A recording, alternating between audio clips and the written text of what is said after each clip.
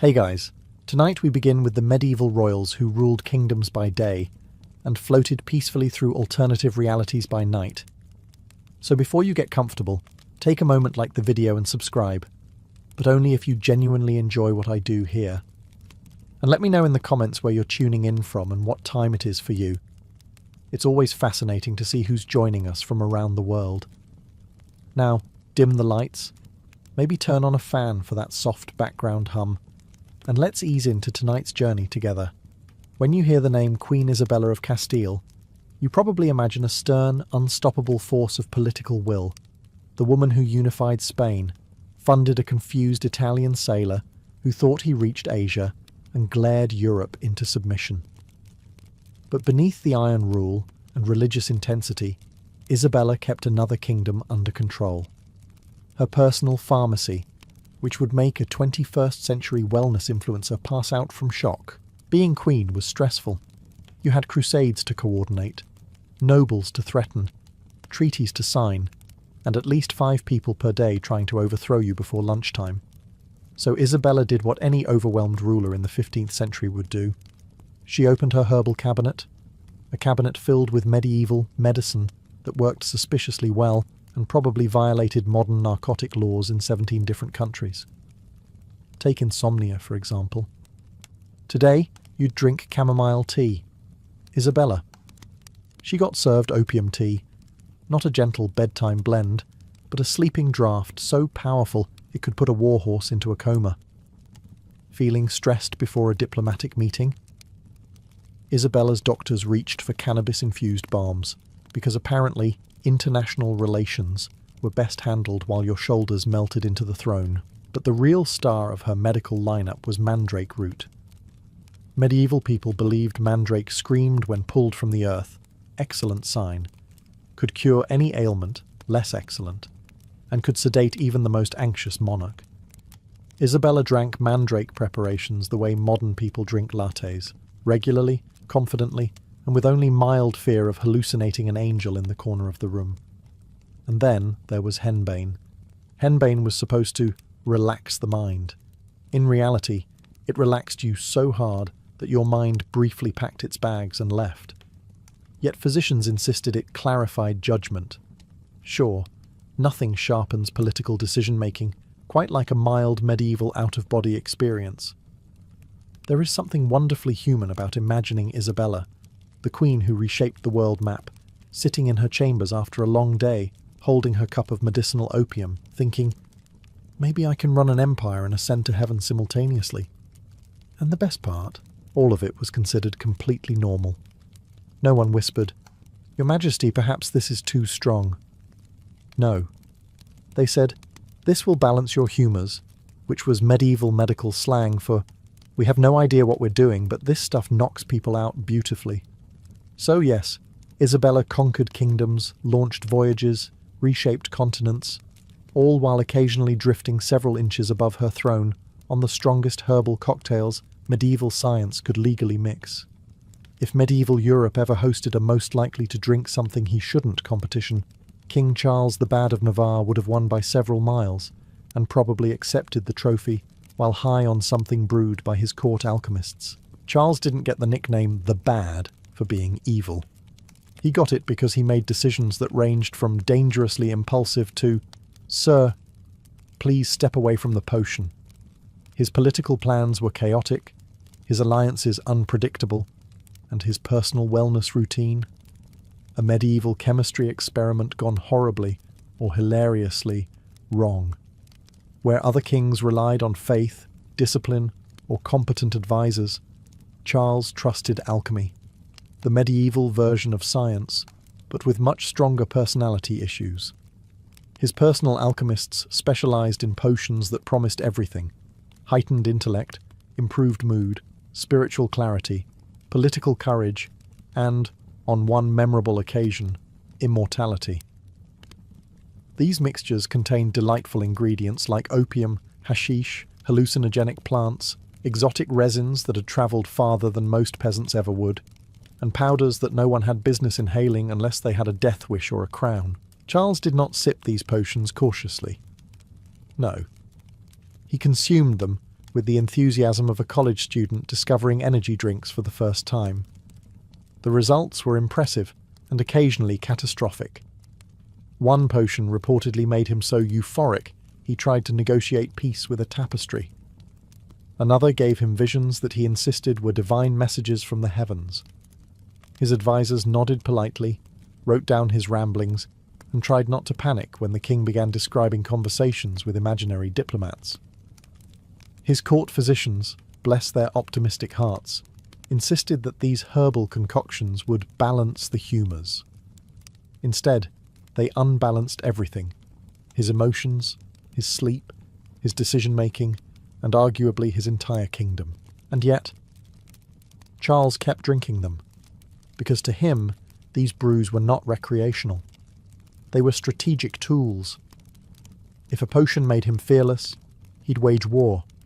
If a potion made him paranoid, he'd accuse neighbouring rulers of plotting against him. If a potion made him glow with cosmic self-confidence, he'd declare sweeping reforms that no one understood. Eventually, even foreign ambassadors learned the signs. If Charles greeted them calmly, he hadn't visited the alchemy lab yet.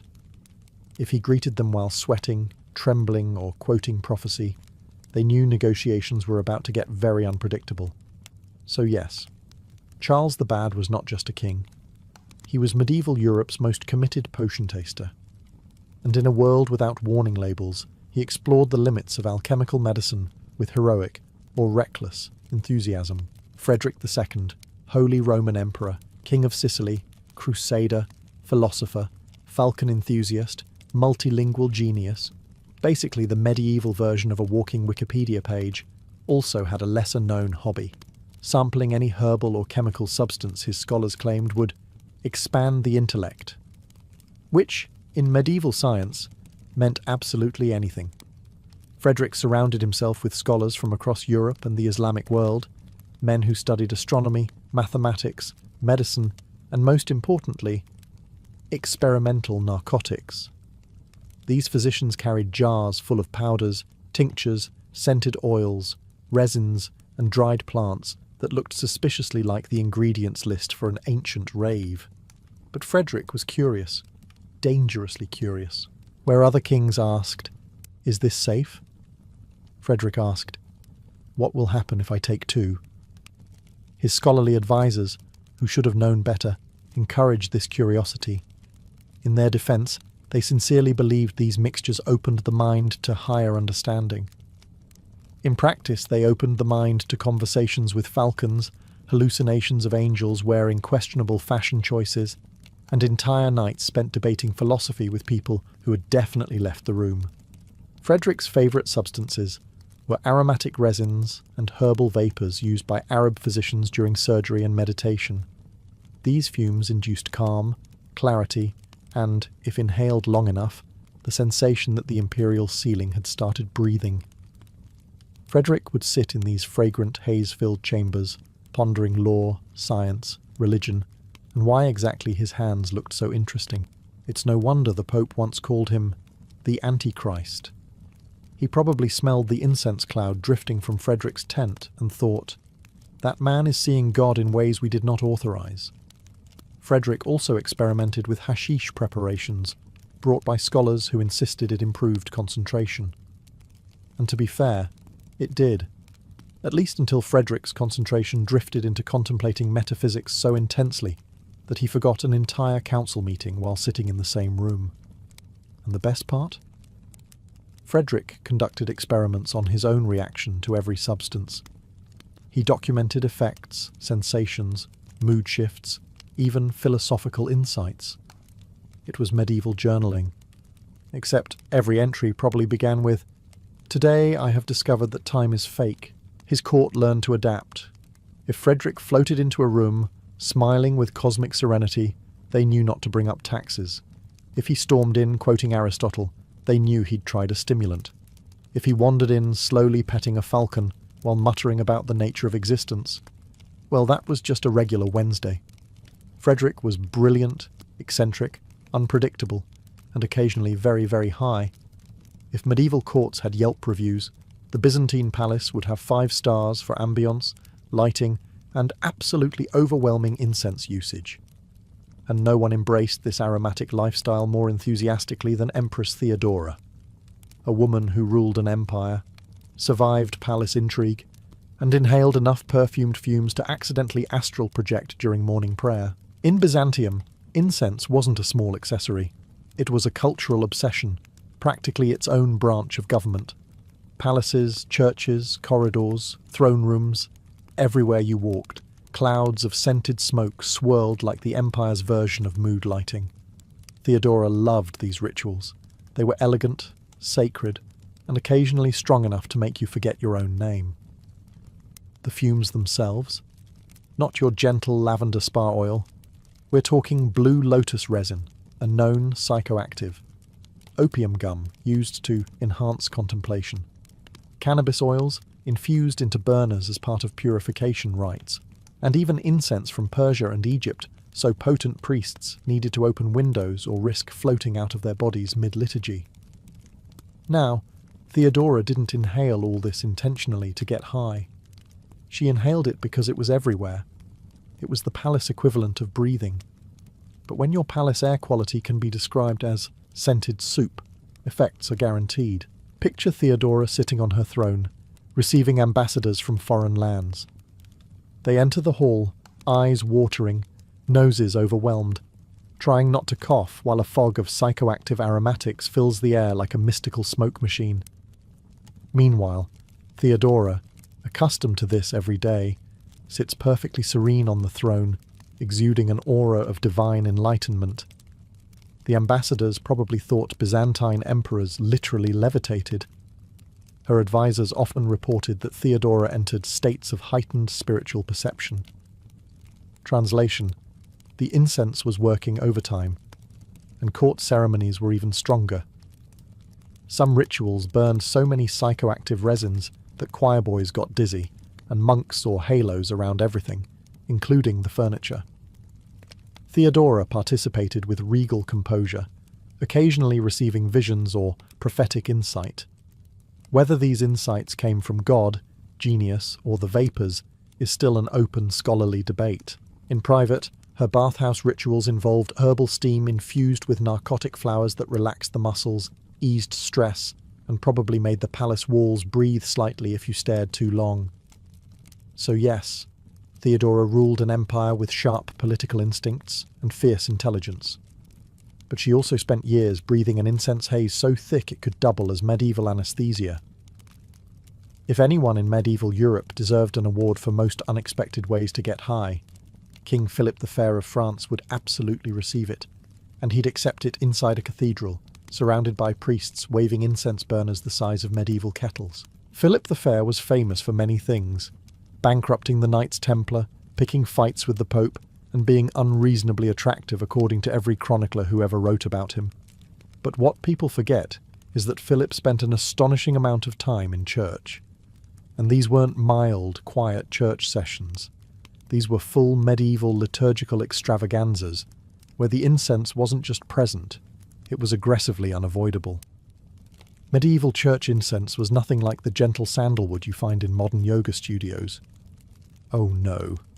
This was a powerful mixture of frankincense, myrrh, psychoactive tree resins from the Middle East, benzoin, storax, and occasionally herbs that encourage divine visions, which is a polite ecclesiastical way of saying, sit too close and you will absolutely start seeing angels tap dancing on the altar. And King Philip didn't sit in the back row. Philip sat front and centre, directly under the incense clouds, for hours. Imagine the scene: a grand cathedral filled with chanting monks, sunlight pouring through stained glass, and plumes of thick incense swirling dramatically around Philip's head like he's the main character in a medieval music video. While everyone else is quietly praying, Philip is inhaling enough aromatic resin to communicate with the Holy Spirit in surround sound. Priests insisted the purpose was spiritual elevation. Philip took that very seriously, sometimes a little too seriously.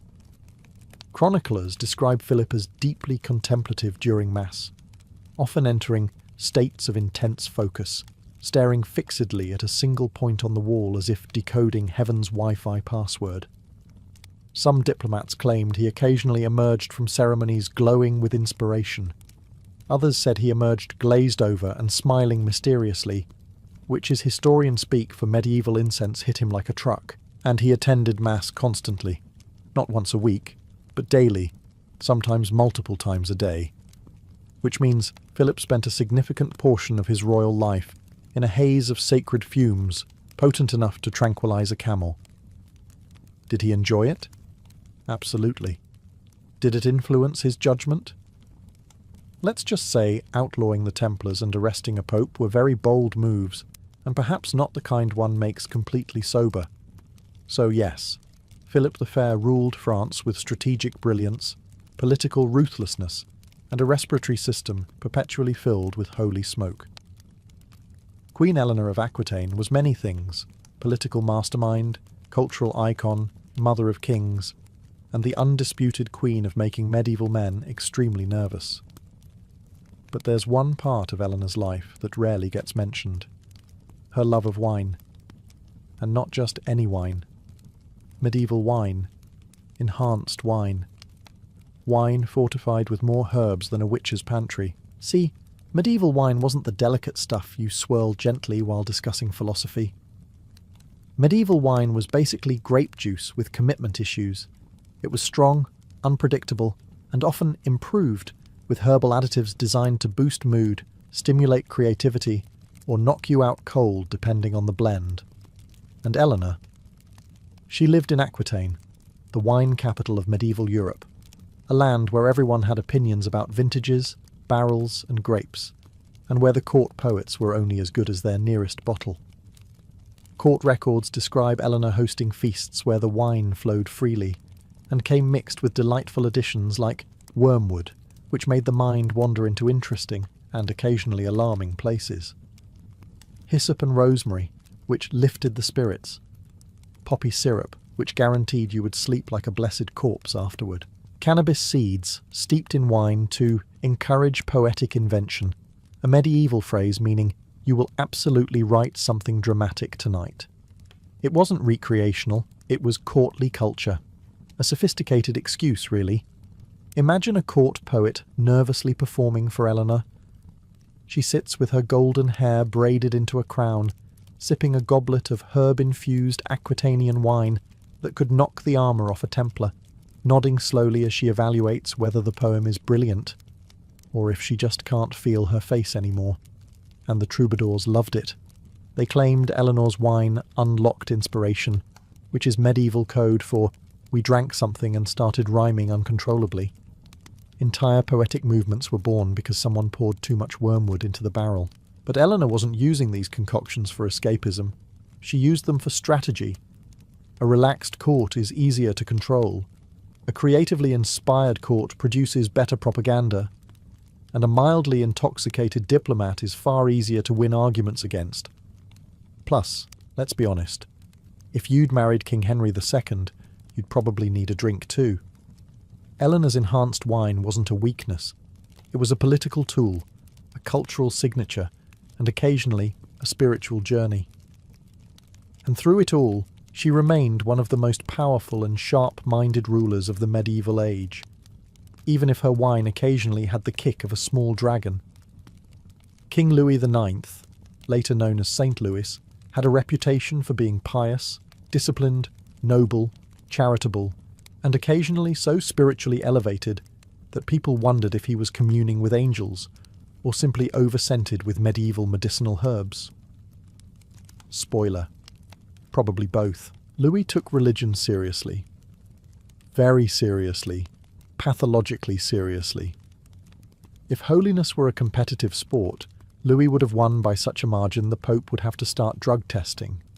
But medieval sainthood didn't just come from charity and crusading. It also came from medicinal concoctions cooked up by court physicians whose idea of help involved stuffing sedatives into anything that moved. And when Louis experienced stress, which was often because ruling France in the 13th century was basically living inside a non-stop group project, his doctors prescribed spiritual calming treatments. Translation: medieval herbal potions strong enough to make a statue blink. Lewis's medical lineup included poppy-based syrups, which monks labelled sleeping cordial, but which modern doctors would call "please do not operate heavy machinery after drinking this." Valerian infusions, meant to quiet the mind, but also capable of quieting your ambition, personality, and probably a small village.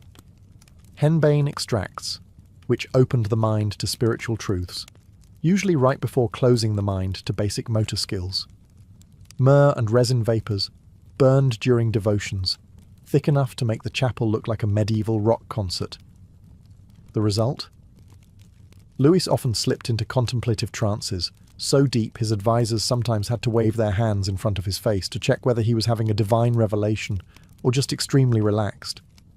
Chroniclers, who were far too respectful to call their future saint medicated, instead described these episodes as periods of severe devotion, which is medieval historian code for the incense did something.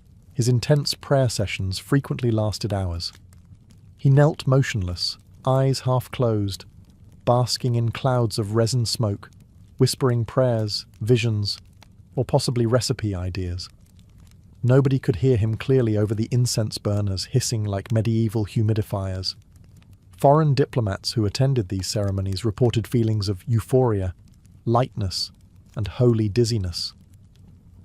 One ambassador admitted he forgot why he had come and simply joined Louis in prayer. The incense absolutely worked. But here's the twist. Lewis's judgment remained sharp. His administrative decisions were famously fair, his justice system admired, and his reforms lasting. So either the herbs sharpened his saintly instincts, or he was the only man in history to run a country from inside a mildly narcotic haze, and still do it better than his sober rivals. In the end, Louis didn't get high for pleasure. He got high for God, which in medieval Europe was the most respectable excuse imaginable. Emperor Basil I began life as a stable boy, rose to power through charm, talent, and one very suspicious series of promotions, and eventually ruled the Byzantine Empire with the confidence of a man who absolutely believed God was on his side. And to be fair, Basil was often on his way to feeling divine, thanks to one of the empire's most beloved psychoactive imports, blue lotus. Blue lotus, a fragrant Egyptian flower, had been used for centuries in rituals, medicine, and elevated social gatherings, which is historian speak for the ancient world's favourite mild hallucinogen. Basil adored it, not because he wanted to party, but because the palace absolutely drowned in the stuff. Incense braziers, bathhouses, perfumed oils, ceremonial garlands. The blue lotus was everywhere, turning Basil's daily routine into a pleasantly floaty sensory experience.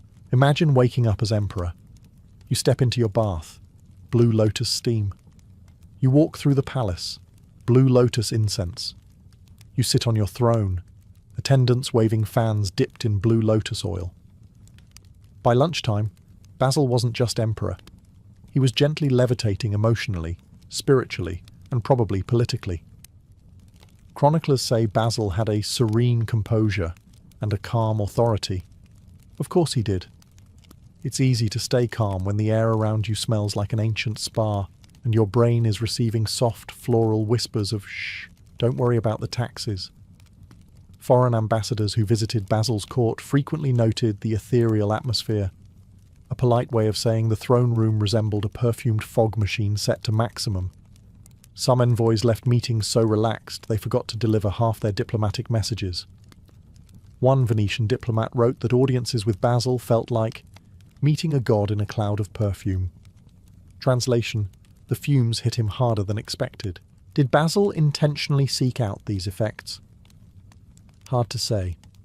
Blue lotus was culturally embedded in Byzantine ritual, especially among the elite.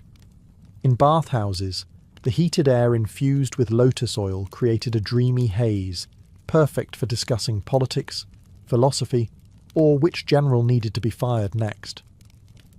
But Basil definitely enjoyed the aesthetic.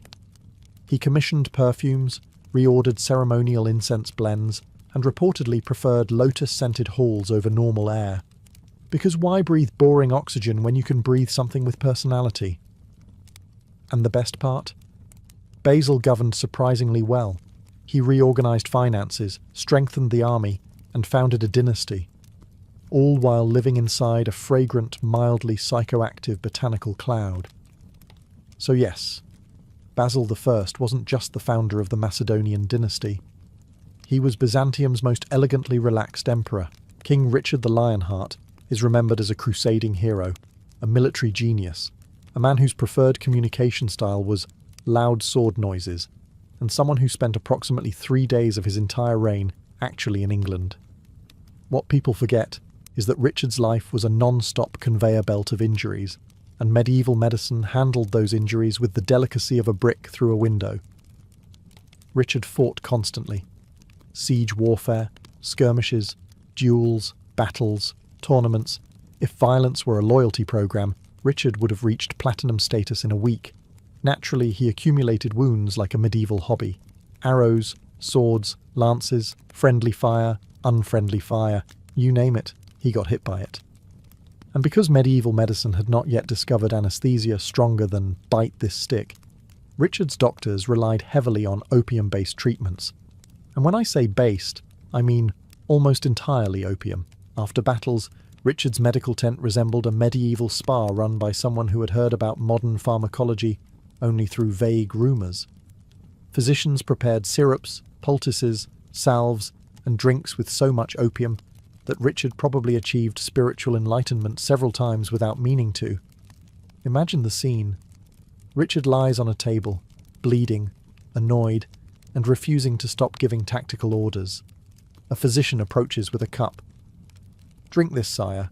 It will ease the pain." Richard, "Does it also make me invincible?" Physician, "Probably not, but you won't care anymore." Even during long sieges, Richard's pain treatments included poppy wine, essentially medieval NyQuil with delusions of grandeur. Soldiers reported that after taking his medicine, the king would sit upright, calm, composed, and vaguely glowing, offering brilliant military strategies or occasionally reciting poetry at the wall. His most infamous injury came in 1199, when he was struck in the shoulder by a crossbow bolt. Medieval surgery ensued, which involved heated metal instruments, prayers, screaming, and, blessedly, opiate sedation. Richard reportedly remained shockingly calm throughout the procedure, proof that either he was superhuman or the opium dose was strong enough to tranquilize a cavalry horse. And yet, throughout all this, Richard's leadership remained sharp. He negotiated truces mid-siege, led armies with terrifying charisma, and terrified enemies even while bandaged like a medieval scarecrow. In truth, Richard didn't use these substances recreationally. He used them because medieval warfare was basically a full-time attempt to destroy your skeleton. But thanks to medieval medicine's strongest herbal offerings, the Lionheart marched, fought, ruled, and occasionally floated. Queen Joanna of Castile, better known by the unfortunate nickname Joanna the Mad, has long been portrayed as emotionally unstable, dramatic, hysterical, or simply too much for the men who wrote her biographies. But the truth is far less insulting and far more medieval. Her court physicians kept giving her medicinal cocktails so potent they could tranquilize a choir. Joanna lived under enormous political pressure. Her husband betrayed her, her father manipulated her, her son imprisoned her, and half of Europe whispered behind her back like a medieval reality TV cast. So naturally, her doctors decided the solution to her stress was to make her relaxed, which, in medieval medical language, meant chemically launching her into orbit. Her treatments included opium syrups for emotional agitation, also known as "Good night, Your Majesty", cannabis oils applied as balms or placed under the tongue to soften turbulent thoughts, henbane teas, which induced both calmness and the philosophical realization that the floor had interesting textures, nightshade microdoses, the medieval equivalent of asking, "What if we accidentally poison the Queen?" but in a helpful way. Even better, Joanna rarely had a say in any of this. If she cried, they gave her a sedative. If she argued, they handed her another draft. If she tried to explain complex political thoughts, some court doctor nodded softly and said, Yes, yes, drink this. And Joanna, smart, articulate, and exhausted, usually cooperated. Chroniclers later described her as unstable. But let's be honest, if you spent decades being force-fed medieval anxiety medication, locked away from your children, and surrounded by political vultures, you wouldn't be walking around like a serene Disney princess either. Imagine her daily life. Joanna sits near her window, frustrated with her circumstances. A physician scurries over, holding yet another potion. Your Majesty, it will calm your nerves. Joanna. My nerves are fine. I need constitutional authority. Physician. Yes, yes, drink the potion. Within minutes, Joanna is calmer. Not happier, not healthier, but calmer. Because the mixture she drank is roughly equivalent to being tackled by a very polite elephant. And the tragedy? The more sedated she became, the more men around her claimed she was unfit to rule. Joanna wasn't mad. She was medicated into oblivion by a court that benefited from her silence. So yes, she lived part of her life in a soft cloud of medicinal haze. Not because she wanted to, but because the political system preferred her that way. King Henry IV of England had one major problem. He could not sleep. And not just, I stayed up too late doom-scrolling insomnia. This was medieval kingdom-crushing insomnia. The kind where a king stares at the ceiling for 8 hours thinking about rebellions, unpaid soldiers, and whether God is mad at him personally. Fortunately, or unfortunately, Henry's doctors were determined to help. And medieval physicians believed that when the mind cannot rest, you must blast it into rest using substances so aggressive they could knock out a cathedral. So Henry was given a rotating menu of medieval sleeping aids, including poppy milk, a thick white opiate mixture that monks described as a blessing, and modern pharmacists would describe as, please absolutely do not drink this. Mandrake wine, brewed from a root believed to scream when dug up, always a great sign for medicinal safety. Henbane sleeping draughts, capable of inducing calm dreams, chaotic dreams, or occasionally no dreams because you skipped straight to unconsciousness. Valerian and lavender steeped ale, for nights when they pretended to be gentle. Imagine being Henry. It's midnight, your kingdom is on fire metaphorically, and sometimes literally, and the royal doctor walks in carrying a cup that smells like a wizard's compost heap. Drink this, sire. It will ease your troubles. Henry. Will it? Doctor.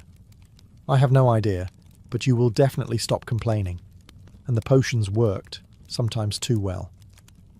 Chroniclers noted Henry often fell asleep at awkward moments, during council meetings, during mass, and once reportedly during an argument about taxation, which honestly might have been intentional.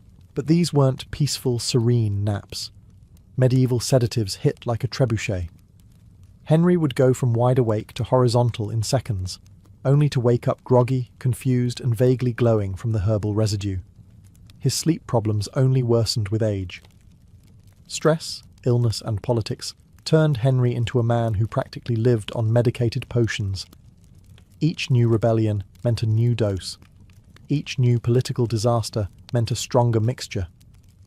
His physicians responded to national crises by stirring potions faster. And the irony? Henry wasn't a weak ruler. He was competent, strategic, and stubbornly effective. But insomnia made him volatile, irritable, and prone to pacing the halls at night like a ghost haunting its own castle. So yes, Henry IV spent much of his reign drifting between exhaustion and potion-induced unconsciousness, a king ruling England on the medieval equivalent of prescription sleep grenades. Queen Catherine de Valois, mother of the Tudor dynasty and accidental founder of half of England's future royal drama, had one consistent approach to stress management: fumigation therapy, and not the gentle eucalyptus mist you find in modern spas. No, Catherine enjoyed the medieval version, which was essentially sitting in a small heated room being slow-cooked in psychoactive vapour. Fumigation chambers were fashionable among the medieval elite. They were meant to cleanse the body, calm the spirit, and soften emotional imbalances. In practice, they functioned like herbal hotboxes designed by someone who had never heard the phrase ventilation. Catherine's chambers burned cannabis resin, opium-infused oils, henbane smoke, and various mysterious royal herbs that physicians swore were medicinal, even though none of them could explain why everyone left the room walking into door frames. Imagine Catherine entering the chamber after a long diplomatic disaster. She sits gracefully, a queen ready to unwind. The attendants close the door, a door that seals tighter than a medieval tax collector's purse. Then they ignite the herbal mixture. Slowly, the room fills with thick, aromatic smoke, the kind that makes you question whether the walls are melting or if your problems simply don't exist anymore. Within minutes, Catherine is experiencing relief, which is medieval medical language for "Your Majesty, you probably won't feel feelings for at least 2 hours." Her physicians wrote lovingly about how the fumes loosened the humours, relaxed the womb, and freed the mind from sorrow. Modern translation: we invented aromatherapy but accidentally made it narcotic. Court attendants occasionally had to escort Catherine out because she stayed too long and began philosophizing with the furniture. One chronicler politely noted that after fumigation sessions, the Queen spoke with great gentleness and contemplation, which is a very diplomatic way of saying she was absolutely floating. Even ambassadors noticed. One Burgundian envoy described Catherine's presence as serene, luminous, and slightly unsteady. Another wrote that speaking with her felt like conversing through a warm cloud. These men weren't poets, they just survived second-hand exposure. But the most entertaining detail? Fumigation was prescribed for romantic vitality? Yes, that kind. And considering Catherine famously married Owen Tudor in secret, then launched a new royal bloodline, one might argue the fumes worked a little too well.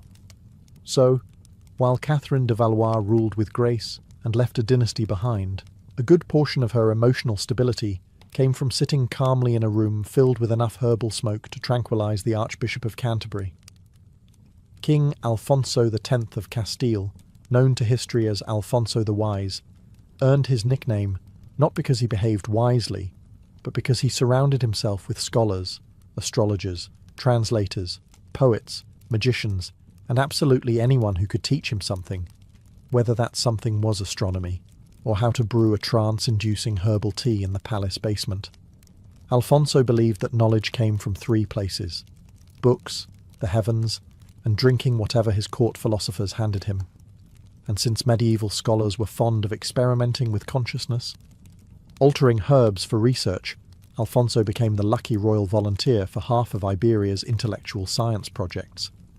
His court brewed concoctions made from mugwort, used by astrologers to open the mind to the stars, or to make you think constellations are winking at you. Mandrake microdoses, because Alfonso believed it unlocked mathematical clarity. Blue lotus and cannabis teas, popular among Andalusian scholars for inducing meditative states. Myrrh and cinnamon infusions, which were supposed to stabilize the humours, but mostly stabilized Alfonso into not standing up for a while. If you walked into Alfonso's palace on a typical evening, you'd find a group of scholars sitting cross-legged on cushions, passing around scrolls and herbs in equal proportion, while Alfonso took detailed notes like a man preparing for an exam assigned by God. He wasn't getting high for fun, he was getting high for research. Imagine him listening to a scholar describe a new herbal blend. "Your Majesty, this one encourages astral insight." Alfonso: "At last, something that might help me rewrite the legal code." And he did rewrite the legal code. Spain's most influential medieval law book, the Siete Partidas, was developed during this era of mystical scholarship. Some of those laws are so philosophical that you can absolutely tell someone was sipping something herbal while drafting them. Alfonso also studied astrology with such devotion that he held nighttime sessions under the stars, often after drinking vision wine, a mixture strong enough to make anyone think they understood planetary motion. And honestly, his astronomical tables were shockingly accurate, proof that either the herbs worked, or medieval Spain ran on pure chaotic genius.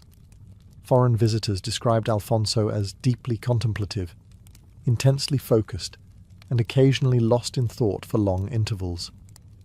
Translation: the king tried another experimental tea and is now communicating with Jupiter. But here's the thing. Alfonso was brilliant. He wrote poetry, commissioned translations, advanced science, unified legal systems, and preserved ancient wisdom. He just happened to do it while occasionally hovering at the outer edge of consciousness. Empress Irene of Byzantium was many things: shrewd politician, occasional usurper, enthusiastic blinder of rivals. But she was also a woman who spent so much time surrounded by incense that her entire reign might as well have taken place inside a perfumed fog bank. If you've ever walked past an overly enthusiastic incense booth at a festival, imagine that. But make it imperial policy. Byzantine religious and political life revolved around ceremonial incense, and Irene took those ceremonies seriously. Very seriously. Her court burned mountains of the stuff. Frankincense from Arabia, myrrh from Ethiopia, storax, benzoin, resin from distant mountains, and, depending on the ritual, herbs known for their vision-enhancing effects. In the 9th century, vision-enhancing is code for "Your Majesty, you may see God," or something that vaguely resembles him. When ambassadors visited, Irene ensured they encountered a majestic haze of fragrant smoke so thick it could hide an entire infantry unit. Diplomats walked into her throne room blinking, coughing politely, and trying not to trip over furniture they could no longer see. Meanwhile, Irene sat perfectly poised in the centre of this aromatic hurricane like a serene, slightly glowing deity. Chroniclers describe her as radiant, spiritually elevated, and calm beyond earthly worry. Yes, that's what happens when you spend your days marinating in incense capable of numbing half the nervous system. She probably handled political stress the same way a spa client handles hot stones, with quiet resignation and mild hallucination. Her private chapel was even more intense. Irene loved long devotional sessions, which involved chanting monks, candlelight, and incense burners that didn't just waft. They erupted fumes like volcanoes specially designed to bless you. Priests swung censers in wide arcs, filling the room until theology became a full-body experience. One monk wrote that Irene's prayers were accompanied by visions. Based on how much resin they were burning, those visions could have included angels, saints, or possibly a talking mosaic on the wall. Whatever she saw, it must have been inspiring, because Irene made some bold political decisions afterward, including blinding her own son to secure power. Let's just say, incense alone cannot be blamed, but it certainly didn't hurt her sense of dramatic timing. Her bath rituals were equally aromatic. Heated rooms infused with medicinal herbs created a steam so potent that attendants sometimes needed breaks to avoid walking sideways afterward. So yes, Empress Irene ruled an empire with cunning, faith, and unwavering imperial authority. She also ruled from inside a cloud of incense, strong enough to make a basilica levitate. Few medieval rulers achieved the tragic, chaotic, medically induced reputation of King Charles VI of France, also known by the extremely subtle nickname Charles the Mad. But here's the twist. Much of his infamous instability came not just from illness, but from the heroic quantities of medicinal substances his court physicians kept pouring into him, like medieval bartenders who skipped the part about moderation. Charles began his reign relatively stable, intelligent, charming, capable. Then he experienced a sudden mental breakdown while marching with his army. One moment he was planning strategy, the next he was attacking his own knights because he believed they were imposters sent to kill him. Medieval burnout was no joke. Naturally, his doctors responded with their favourite solution. "Your Majesty, you need more herbs." And when medieval physicians said herbs, they did not mean chamomile. Charles was given nightshade microdoses, which is already a red flag. No dosage of nightshade should be called micro in the 1300s. Henbane elixirs, believed to calm storms of the mind, though they also caused mild paralysis and visionary episodes. Poppy syrups, consumed as casually as tea. Cannabis resins, burned in his chambers during episodes of agitation. Myrrh and resin vapours, because if it worked for priests, maybe it would work for France's most stressed-out king. The intentions were noble. The results were mixed. Imagine Charles pacing through the palace, mid-episode, convinced he was made of glass. Yes, he sincerely believed this. While attendants tiptoed around him carrying bowls of steaming herbal mixtures strong enough to stupefy a choir boy. There was even a rule in the palace. No one was allowed to touch him suddenly, because he feared he would shatter. His servants walked around him like he was a very anxious chandelier. Now combine this fragile mental state with continuous doses of medieval sedatives that would make modern psychiatrists faint, and you have a king who drifted through reality like a balloon someone forgot to tie down. And yet, Charles had lucid periods. During those rare windows, he expressed heartbreaking awareness of his condition. But the moment he showed distress, his doctors hurried forward with yet another potion that promised clarity and delivered something closer to, "Please lie down before you fall down." His illness was real. His suffering was immense. But the treatments often made things worse. By the end of his life, Charles VI wasn't ruling France so much as floating through it, caught between madness, medicine, and a kingdom praying he wouldn't wander off barefoot into the courtyard again. And that closes our list. A king who lived in a haze not entirely of his own making. Arminius' life began far from marble villas and marching legions. He was born among the Cherusci, a forest people whose world was made of rivers, oak groves, and warriors who believed that freedom was sacred enough to die for. But Rome, as always, had different ideas. In the late 1st century before the Common Era, the empire was expanding into Germania, and peace often came with a contract signed in blood. Tribal princes were taken to Rome as hostages, not prisoners in chains. No, the Romans were far more elegant with their control. These children were insurance policies, raised in the capital to ensure their tribes behaved. Arminius was one of them. Imagine being 8 years old and led away from your homeland, watching your mother vanish behind the tree line as Roman cavalry escorted you south. You're not shackled, but you understand perfectly well that you're not going home anytime soon. To the Romans, this wasn't cruelty, but strategy. If the boy grew up Roman in taste, loyalty, and ambition, he would return as a collaborator. A German body, but a Roman mind. In Rome, Arminius learned Latin, philosophy, warfare, and the subtle art of being useful to an empire that considered his people uncivilized. He dined with aristocrats, studied under generals, and observed how power was created, commanded, and enforced. He wasn't treated like a barbarian. Ironically, he was treated too well. Rome made sure its hostages were comfortable, educated, and flattered, because comfort is the softest kind of chain. Still, even as he absorbed Roman tactics and etiquette, the contrast must have gnawed at him. Here he was, a young noble of the Cherusci, listening to Roman instructors mock the tribes of Germania as primitive brutes, the same tribes who had sent their children as hostages to avoid annihilation. The same tribes who still whispered Arminius's name at winter feasts, unsure if he was even alive. By the time he reached adulthood, Arminius was no longer simply a German prince. Rome had crafted him into a knight of the equestrian order, a trained commander, loyal, in theory, to the emperor, fluent in Latin, disciplined in Roman military doctrine, and fully aware of how legions lived, marched, and died. Rome believed it had shaped him. Rome believed it had tamed him. What it had actually done was far more dangerous. It had taught Arminius exactly how to destroy it. When Arminius reached adulthood, Rome considered him one of its own, or at least close enough to pass in uniform. The boy taken from the forests of Germania had become a polished officer of the Roman auxiliary forces, a knight in the equestrian order, and exactly the kind of foreign-born commander Rome loved to parade as proof of its civilizing mission. Arminius wore the Roman cloak, carried the Roman sword, and rode beside generals who assumed he admired everything the empire represented. And to be fair, Rome had given him power. Real power.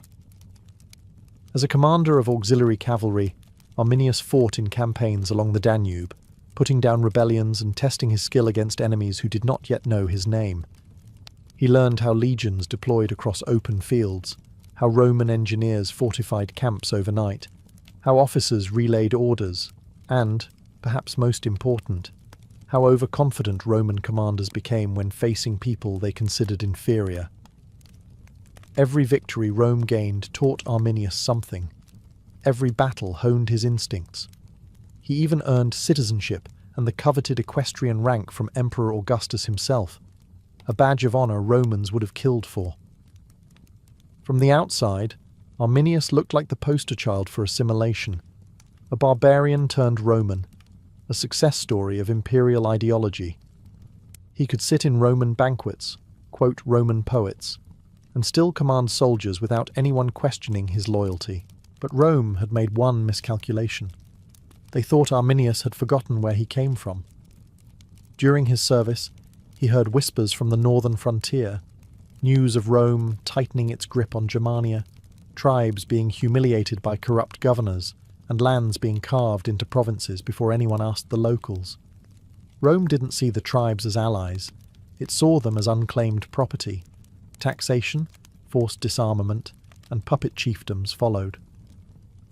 To Augustus, Germania was another prize waiting to be absorbed. To Arminius, it was still home. And so the double life began. By day, he rode with Roman officers, smiling, pretending loyalty. By night, he weighed everything Rome had taught him, not as lessons to serve the empire, but as tools to break it. The irony was almost poetic. Rome's training had not Romanized Arminius. It had weaponized him. He was now a soldier who understood both worlds, the discipline of Rome and the fury of Germania. And soon, Rome would learn that this was the deadliest combination imaginable. When Arminius finally returned to Germania, he did not come as a wandering exile, but as a decorated Roman officer.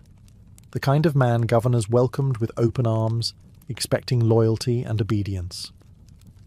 Yet the moment his boots touched the forest soil of his homeland, he felt the divide between Rome's polished marble and the raw earth of the tribes. Germania was not a land that bowed easily. The rivers flowed the same. The oak groves whispered as they always had. But beneath the familiar landscape there was tension, sharp enough to taste. Rome had promised alliance. What the tribes received was occupation. Publius Quinctilius Varus, the Roman governor, saw his position not as stewardship but as domination. He imposed taxes, an alien concept to tribes who believed wealth was measured in honor, not coin, and he enforced Roman law with an arrogance that outpaced his understanding of local customs. Courts, punishments, and demands for tribute spread like a rash, irritating every chieftain from the Weser to the Rhine. Rome might have believed it was bringing order, but to the Germans it felt like a slow suffocation. Arminius saw it immediately. The chiefs who greeted him did so with pride, but also quiet desperation. These were men who had once stood tall beside his father, yet now they whispered their complaints in shadows, fearful of Roman spies. They asked Arminius what he had seen in the capital. Was Rome truly unstoppable? Was resistance hopeless? His answers were careful, measured, never revealing the fire already building inside him. Varus, blind and complacent, admired Arminius. Here was a German who spoke perfect Latin, who had fought Rome's battles, who understood Roman discipline. In Varus's mind, Arminius was an asset, a bridge between cultures, someone who could help pacify the region. He had no idea that Arminius was studying him, not with loyalty, but with calculation, because Arminius knew what the Germans could not yet admit. Rome did not negotiate. Rome absorbed. Today it was taxes and courts. Tomorrow it would be disarmament, labour conscription, and hostages taken generation after generation. His people were on borrowed time. Germany needed a leader, not a diplomat, not a negotiator, a strategist. Someone who understood Rome from the inside. And Arminius realized, with a clarity that reshaped the course of history, that he was the only man who could fill that role. Rome had returned him to his homeland. They had no idea he came carrying their doom. Arminius understood that revolutions don't start with shouting. They start with listening, quietly, patiently, until every complaint, every insult, every wound inflicted by the occupying force reveals a pattern. So he travelled from tribe to tribe, attending councils, drinking at feasts, and sitting beside chieftains who had grown bitter under Roman rule. Some had sons conscripted into auxiliary forces. Others had lost land to Roman administrators. A few simply hated the idea of answering to men who wore skirts made of metal plates. But all shared one truth. The tribes of Germania had never been more united in their anger. The problem was fear. Rome looked invincible. 3 legions guarded the region, disciplined, armoured, and led by Varus, a governor who may have been incompetent but still commanded overwhelming military force. The tribes had fallen before Rome before. Why should this time be different? Arminius had the answer. Because unlike any Germanic leader before him, he knew Rome's weaknesses. He knew how legions marched, how they reacted under pressure, how supply lines could be disrupted, how commanders trusted maps more than instincts. And most importantly, he knew how overconfidence could blind even the most seasoned Roman officer. He began to whisper the unthinkable. Rome could be defeated. Not in open battle. That would be suicide. But in the forests, where the trees closed in and cavalry became useless. In the mud, where heavy armour turned soldiers into stumbling statues. In narrow passes, where legions could not deploy into their perfect formations. Germania was not just home, it was a weapon. But a rebellion required unity, and unity required trust. So Arminius met secretly with leaders like Segimer, his father, Malavendus of the Marsi, and chiefs from the Bructeri and the Chatti. They formed the skeleton of a coalition that Varus never suspected existed. At councils lit by firelight, warriors leaned forward as Arminius outlined a plan bold enough to feel like madness. Lure Varus deep into unfamiliar territory during a staged uprising, then destroy the Roman army piece by piece. Some chiefs hesitated. Betraying Rome was one thing. Executing a coordinated attack on 3 legions was another. But Arminius's confidence was contagious. His knowledge was precise. His conviction was unmistakable. And slowly, resistance transformed into resolve. By summer's end, the trap was ready. The only thing left was to bait Varus, a task that Arminius knew would be almost too easy. After all, nothing is simpler than deceiving a man who already believes he cannot be fooled. Arminius had spent enough time around Roman governors to know one universal truth. The more incompetent the official, the more convinced he was of his own genius. Publius Quinctilius Varus was the living embodiment of this rule. Augustus had sent him to govern Germania as though he were relocating a tax accountant to a distant office. Varus expected paperwork, not warfare. He believed the Germans merely needed a firm Roman hand, preferably his own, to civilize them. And because arrogance rarely travels alone, he also believed Arminius was his loyal ally. This was the weakness Arminius intended to exploit. He began feeding Varus carefully crafted lies, that a rebellion had erupted in a remote region, that certain tribes were restless, that Roman authority was being questioned. Nothing dramatic, just enough to poke at Varus's pride. Varus had spent months forcing Roman law upon people who didn't want it. The idea that anyone dared resist him was intolerable. Arminius played him like a man tuning a harp, plucking each string until Varus convinced himself the situation required his personal intervention. The brilliance of the deception lay in its subtlety. Arminius never pushed too hard. He never raised his voice. He simply reported concerns, offered to guide the legions, and assured Varus he had everything under control. In doing so, he reinforced the governor's favourite story, that Rome had successfully Romanized a German prince who was eager to prove his loyalty. Varus swallowed it completely. As summer waned, Arminius suggested that the legions march into the Teutoburg region to deal with the supposed uprising. Varus, confident in his authority and even more confident in Arminius, agreed without hesitation. He gathered 3 legions, the 17th, 18th, and 19th, along with auxiliaries, camp followers, merchants, and wagons. It was not a rapid strike force. It was a lumbering parade of men who believed the forests were nothing more than background scenery. But a few Roman officers were not so easily fooled. Segestes, a Germanic noble who distrusted Arminius, warned Varus bluntly, "Do not trust this man. He plots against you." But Varus dismissed the warning. Why? Because Varus trusted paperwork, ranks, and Roman titles, and Arminius possessed all of them. When the march began, Arminius rode at Varus's side, face calm, voice loyal, heart burning. He told Varus the path was safe. He told Varus the tribes needed Roman guidance. He told Varus exactly what the governor wanted to hear. And behind the polite smiles, the greatest ambush in Roman history was already unfolding.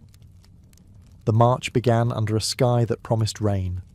Not an unusual omen in Germania, but one the Romans should have taken more seriously. The Teutoburg forest was dense, old, and deeply unfriendly to travellers who relied on straight roads and wide formations. Rome had built its empire on open terrain, where legions could spread their wings and let discipline do the killing. But in Germania, the trees closed in like walls, the ground turned to sucking mud, and visibility shrank until the world became a narrow corridor of dripping leaves. Varus, oblivious, pressed forward. He brought with him not just soldiers, but entire civilian entourages, cooks, smiths, merchants, servants, and animals. This wasn't an army on high alert. It was a mobile administration office. The column stretched for miles, winding through forest paths like a silver snake strangled by vines. And at the head of this unwieldy procession rode Arminius, offering guidance like the perfect ally. Then, at precisely the moment he needed to vanish, Arminius requested permission to gather allied Germanic troops to help subdue the fake rebellion he himself had invented. Varus, convinced of his loyalty, let him go. It was the last decision he made that wasn't soaked in regret. As Arminius disappeared into the trees, the weather turned. Sheets of rain hammered the canopy. Wind howled through the branches. The muddy ground transformed into a swamp disguised as a road. Roman shields grew slick, their sandals lost grip. Wagons overturned in ditches. Cohesion fell apart as soldiers tried to keep formation in terrain that punished every step. The Germans could not have asked for a better stage. Hidden behind branches, trenches, and natural ridges, warriors from multiple tribes waited. Men Arminius had personally rallied over months of secret meetings. Their bodies were painted, their weapons ready, and their fury sharpened by years of humiliation under Roman rule. They watched quietly, letting the Romans sink deeper into the forest, deeper into vulnerability, deeper into the trap from which there would be no escape. Varus still believed he was marching toward a minor revolt. He had no idea the revolt was behind him, above him, and surrounding him on every side. And somewhere in the dripping green labyrinth, Arminius raised his arm, the signal he had waited years to give. The forest held its breath. The Romans marched blindly, and Germania prepared to strike. The first attack did not come as a grand clash of armies. It came as a scream, sharp, inhuman, echoing through the dripping branches. A moment later, a volley of spears erupted from the tree line, tearing into the Roman column. Men collapsed before they even understood what was happening. The forest exploded with war cries, the kind that bypass logic and punch directly into the spine. Germania had been waiting decades for this moment, and it came like a storm breaking free of its chains. The Romans, trained for open-field combat, scrambled to form ranks, but the terrain betrayed them. Centurions shouted for order, but their voices drowned beneath the shrieking wind and the pounding rain. Shields were useless against javelins thrown from above. Swords were too short to reach foes who struck and vanished into the woods. The forest was not a battlefield. It was an execution chamber. Arminius's warriors struck from all sides, disappearing as quickly as they appeared. A handful rushed forward to attack, then fell back before the legions could respond. Others targeted officers, cutting off command before it could stabilize the line. Everywhere Varus looked, the trees themselves seemed alive with movement. Shadows flickering, blades flashing, enemies attacking and vanishing like ghosts. Wagons overturned, blocking the narrow path. Horses panicked, trampling soldiers. Supply mules broke free and scattered into the forest. And as confusion spread, the rain intensified, turning the ground into a sucking mire that pinned Roman sandals like traps. Discipline, Rome's greatest weapon, dissolved into clumps of terrified men fighting in isolation. Varus attempted to regroup, calling for a fortified camp. But building defences in the midst of chaos proved nearly impossible. And while the Romans dug trenches and erected makeshift walls from shields and debris, Germanic warriors continued their harassment, raining spears into the half-built camp until nightfall. When darkness came, it offered no relief. The Romans huddled together, soaked, trembling, listening to the taunting shouts from the forest. Germania had not just attacked, it was savouring the moment. Warriors sang victory songs, drums echoed like thunder. To the Romans it sounded like the forest itself was celebrating their doom. Varus tried to maintain the illusion of control, but even he saw the truth. They were not fighting an enemy. They were being hunted. And Arminius, the man he trusted, was the hunter leading them into the abyss. By dawn, the Romans were no longer marching. They were fleeing in slow motion. Exhaustion clung to them like wet cloth. The makeshift camp they abandoned behind them looked less like a military fortification and more like the remnants of a disaster site. Varus tried to restore order, but his voice had lost its authority. Men looked at him not as a general, but as a man who had led them into a nightmare and had no idea how to lead them out. Arminius, meanwhile, had returned to his warriors, no longer hiding his allegiance. His calm Roman exterior was gone, replaced by a Germanic war leader whose knowledge of Roman tactics now guided the destruction of 3 entire legions. He divided his forces into flexible bands, each assigned to choke points along the Romans' escape route. Every ravine, every slope, every bend in the forest had been chosen in advance. Germania itself had become a trap, designed by someone who knew exactly how Roman formations needed to move, and how to stop them from moving at all. As the Romans attempted to advance, the path narrowed into a ridge flanked by steep drops. It was here that the next wave crashed down. Germanic warriors rolled boulders and felled trees, crushing ranks and sealing off retreat. Javelins rained down again, but this time the Romans were too tightly packed to maneuver their shields. Screams ricocheted through the chaos as soldiers toppled into the ravines, slipping in mud slicked with blood. Varus ordered the legions to break out, but his commands dissolved into panic. The 17th fell into disarray first. Its eagle standard, the soul of the legion, was lost in the melee. When a Roman legion lost its eagle, it usually meant annihilation. Here, it was simply the first omen. The 18th suffered next, collapsing under relentless assaults from above. Entire cohorts were pinned against the slope, unable to climb, unable to fight, unable to escape. The Germans attacked with ferocity sharpened by years of humiliation, each blow a rejection of Roman domination. As for the 19th, it was surrounded, cut off, and slowly strangled by successive ambushes. A legion trained to fight in open fields now died in fragments, scattered through dripping forests that turned every tree into a spear, every shadow into a killer. Varus realized he had lost not just the battle, but the Empire's illusion of invincibility. Somewhere amid the wreckage of men and armour, one truth settled over the survivors like a burial shroud. This was no revolt. This was retribution. By the 3rd day, the Teutoburg forest had become a graveyard. The Romans were not simply defeated, they were erased. 3 legions that had once been the pride of the Empire no longer existed. Their eagle standards were lost to the mud and the trees. Their officers lay scattered among broken equipment, crushed wagons, and corpses half buried in swampy soil.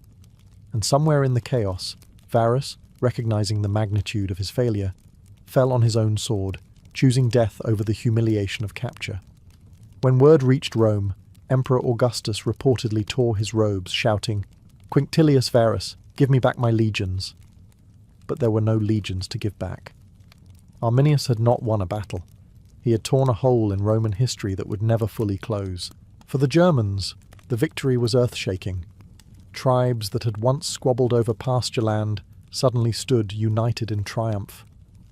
Arminius was hailed as a liberator, a man who had done what no one believed possible: humiliate the greatest military power in the known world.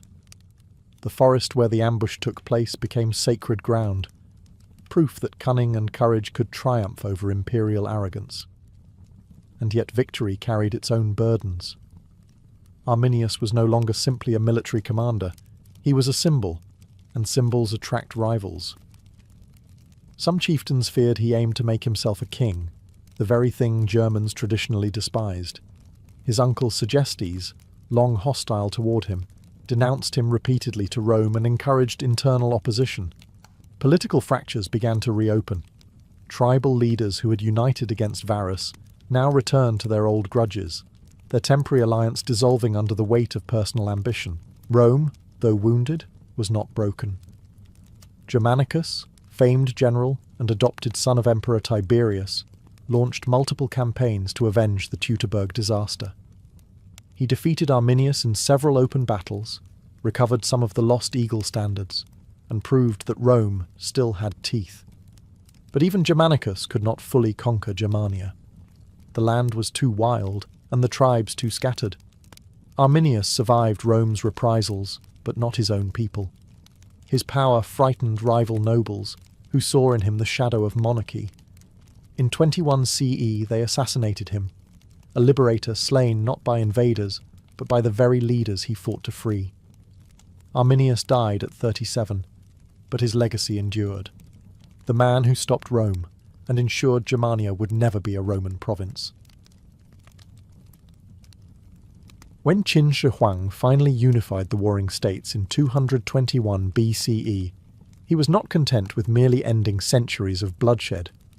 He wanted to remake China itself, its laws, its infrastructure, its identity, and its borders. And he wanted those borders to stay quiet. The northern frontier, however, had no interest in cooperating. Beyond the cultivated fields and newly conquered towns lay the steppes, home to the Xiongnu, horsemen who rode like the wind, raiders who appeared and vanished before infantry could form ranks, and enemies who refused to recognize the concept of a fixed frontier. For generations, these northern nomads had harassed the states of Zhao, Yan, and Qin. Their cavalry could cross vast distances in a day, burning settlements and seizing livestock. Now that the first emperor ruled a united land, he had no patience for an enemy that didn't respect walls, or the men who built them. His solution was ambitious, brutal, and terrifying in scale. He ordered the linking and reinforcement of the old border fortifications built by the defeated states. What once were scattered defensive lines would become a single, continuous barrier stretching across mountains, deserts, and wilderness. The idea wasn't entirely new. The states of Qin, Zhao, and Yan had already experimented with walls centuries earlier. But Qin Shi Huang envisioned something far greater, a spine of stone, earth, and wood that would mark the northern limit of civilization and keep the barbarians out. It wasn't simply a military project, it was a symbol, a declaration of permanence from a ruler obsessed with making his rule eternal. But even grand visions come with a cost, and the emperor had a unique solution to labor shortages. He would use the people who had displeased him. Tens of thousands of conscripted peasants, soldiers, debtors, and prisoners were dispatched to the frontier. Many had been punished for criticizing imperial reforms, failing to pay taxes, or even being related to someone who offended an official. Now they marched north in chains, not knowing whether they would build a wall, freeze on a mountainside, or simply vanish. Qin Shi Huang's architects assured him it could be done. His generals assured him it would be worthwhile. His officials assured him the people would obey. And so the project began. A colossal undertaking meant to secure an empire, define a civilization, and leave behind a monument that would outlive every man who touched it. A monument that would become, for many, not a wall, but a tomb. The order to build the wall spread through the newly unified empire like a winter wind, cold, sudden, and impossible to ignore. Imperial officials appeared in villages with wooden tablets listing names, quotas, and penalties. Men between 15 and 50 were expected to serve. Farmers were taken from their fields, artisans from their workshops, and soldiers from their barracks. Some went willingly, believing the emperor's promise of strengthened borders. Most went because refusal meant death. Qin law was famously unforgiving, and the wall was built on that unforgiving foundation. For many families, the moment of conscription felt like a funeral. Mothers watched their sons depart, knowing the northern frontier was a place where even seasoned soldiers feared to tread. Wives stood silently as husbands were marched away in chains, uncertain whether they would ever return. The emperor's decree did not distinguish between the innocent and the unlucky. Even those accused of minor infractions, late taxes, unregistered tools, disrespect toward local officials, found themselves branded labourers and shipped to the harshest work sites in the realm. Convoys of prisoners, peasants, and soldiers stretched across the roads of Qin, thousands walking in rigid formation as overseers barked orders. They carried little more than basic tools: wicker baskets for earth, crude chisels for rock, and wooden poles for scaffolding. Once they reached the frontier, there were no inns, no warm shelters, no tidy barracks waiting. Instead, they found jagged mountainsides, barren deserts, and an expanse of wind so fierce it seemed determined to tear flesh from bone. Work began before dawn and continued until the stars returned. Overseers enforced discipline with whips and rods. Food was meagre, often nothing more than millet gruel, while water had to be hauled from distant streams or melted from snow. Labourers who collapsed were given moments to recover, but only moments. The emperor demanded speed, and speed demanded sacrifices. And yet, amid the cruelty, there was a strange unity. Soldiers who once served rival kingdoms now hauled stones side by side. Criminals laboured next to peasants who had never broken a law in their lives. Under Qin rule, everyone was equal in one respect. No one was allowed to stop working. As the first foundations took shape, the labourers realised something that chilled them more than the northern winds. This was not a temporary project. This was their life now, for months, years, or however long their bodies survived. The wall was rising, and its builders were disappearing into it. The northern frontier was nothing like the fertile heartland the labourers had left behind. There were no familiar terraces of rice, no gentle rivers winding through valleys. The Great Wall was to be built where nature itself resisted human presence. In the west, the land dissolved into the dry breath of the Gobi Desert, where dunes shifted like living beasts and swallowed roads overnight. Farther east rose the Yin Mountains, jagged ranges that tore at the sky and forced men to cling to rocks like insects. Everywhere else lay unforgiving plains patrolled by Xiongnu scouts, who watched the construction from a distance with cold curiosity. For the labourers, the frontier felt like exile.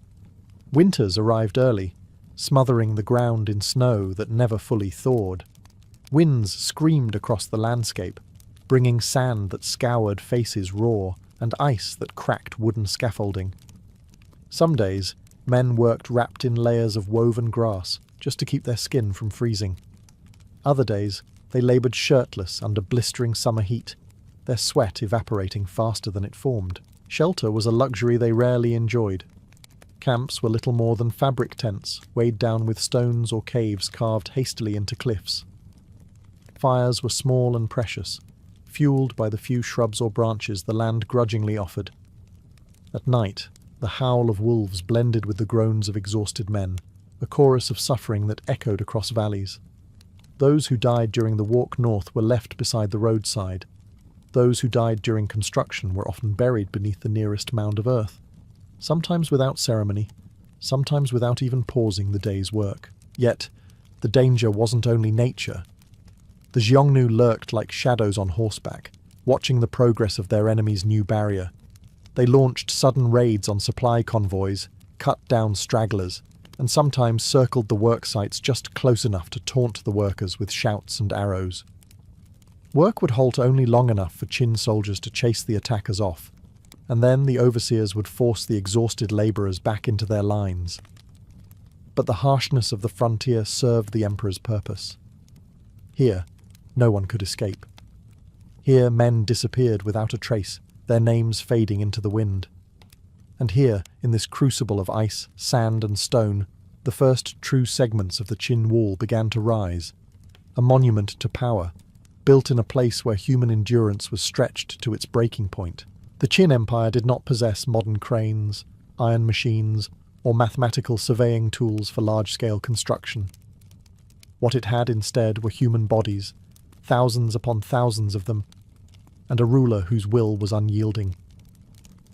The methods for building the wall varied depending on the terrain, but they all shared one truth. Every metre required immense, back-breaking labour. In the deserts and plains, the builders used a technique called rammed earth, layering soil, gravel, and clay between wooden frames. Teams of men beat the mixture with heavy wooden rammers, their rhythmic thudding echoing across the landscape like the heartbeat of a great beast. This method produced walls dense enough to resist the weather and tall enough to intimidate raiders. But the work was punishing. Shoulders dislocated, palms blistered open, and men collapsed in the dust from dehydration. In the mountains, the task grew even more brutal. Workers carved paths into cliffsides, hauling stones up steep slopes that seemed determined to throw them back down. Ropes snapped. Scaffolding collapsed. Slabs of granite slid like avalanches, crushing those unfortunate enough to stand in their path. To the overseers, these deaths were simply part of the cost. "Replace them," they ordered, waving forward the next line of trembling labourers. Carts drawn by oxen carried materials across treacherous terrain, but often the paths became too narrow, too steep, or too muddy. When animals could go no farther, men replaced them, pulling, pushing, dragging loads with ropes dug into their shoulders until their skin tore. Every sound in the air was a blend of grunts, shouted orders, cracking whips, and the relentless pounding of rammers. Despite the suffering, the wall grew steadily. Watchtowers rose above the landscape, providing beacons from which soldiers could scan the horizon for the dust trails of Xiongnu riders. Trenches were dug. Barracks were built. The wall began stitching itself across the frontier like a scar, marking the border between the civilized world and the wild. But for the men who built it, the wall was not a marvel of engineering. It was a chain, and every stone, every handful of earth, every timber hammered into place carried the memory of someone who had fallen along the way. The emperor saw progress. The overseers saw discipline. The workers saw only one truth. This wall demanded more than labour. It demanded lives. As the wall stretched farther across the frontier, the cost in human life became impossible to hide. Though the Qin state did not bother trying. Death was an expected expense. Officials recorded supplies, tools, and measurements with meticulous precision, but they rarely recorded the dead. A man who collapsed from exhaustion was replaced before his body cooled. A man buried in a landslide became part of the earthwork. Illness spread through the camps with terrifying speed: dysentery, fever, frostbite, and infections from untreated wounds. For many labourers, survival became less likely than death. Food shortages were constant. The frontier could not sustain large populations, and the empire struggled to transport enough grain across long distances. When supplies ran low, soldiers ate first, overseers ate second, the workers ate last, if anything remained. Some labourers boiled grass into a bitter soup. Others chewed on leather straps to trick their bodies into thinking they were fed. Men weakened quickly, and the weaker they grew, the more likely they were to become casualties of the next day's labour. Punishments were brutal and public. A man who slowed down the workforce could be tied to a post and whipped until he could stand again, or until he could not. Those accused of sabotage, disobedience, or escape attempts faced execution on the spot. Their bodies were sometimes buried under the wall itself, not out of ceremony but convenience. Whether this was truly entombment in the wall or simply careless burial, the effect was the same. The wall became a grave for countless unnamed souls. Despite the harshness, rumours spread among the workers. Some believed that the emperor intended the wall to last forever, not just as a military defence, but as a monument to his reign. Others whispered that Qin Shi Huang was terrified of death and sought permanence in structures that could outlive him. To the builders, these whispers only deepened their resentment. They suffered not for a cause, not for protection, but for the ambition of one man. Yet even in despair, moments of humanity flickered. Workers shared their remaining food. Old veterans taught younger men how to wrap cloth to protect their shoulders. At night, men sang songs of their homes, reminding one another that they had lived real lives before becoming faceless labourers in the emperor's machine. Still, the truth remained. The wall was growing, and men were dying faster than the empire could replace them. Each new section completed stood as both a triumph of engineering and a testament to the vanished thousands who had fallen beneath it. The wall rose higher, and the shadow of the emperor grew longer. While the labourers bore the weight of the wall's construction, the soldiers stationed along the frontier paid their own steep price. They were not simply guards. They were symbols of Qin authority, extensions of the emperor's will.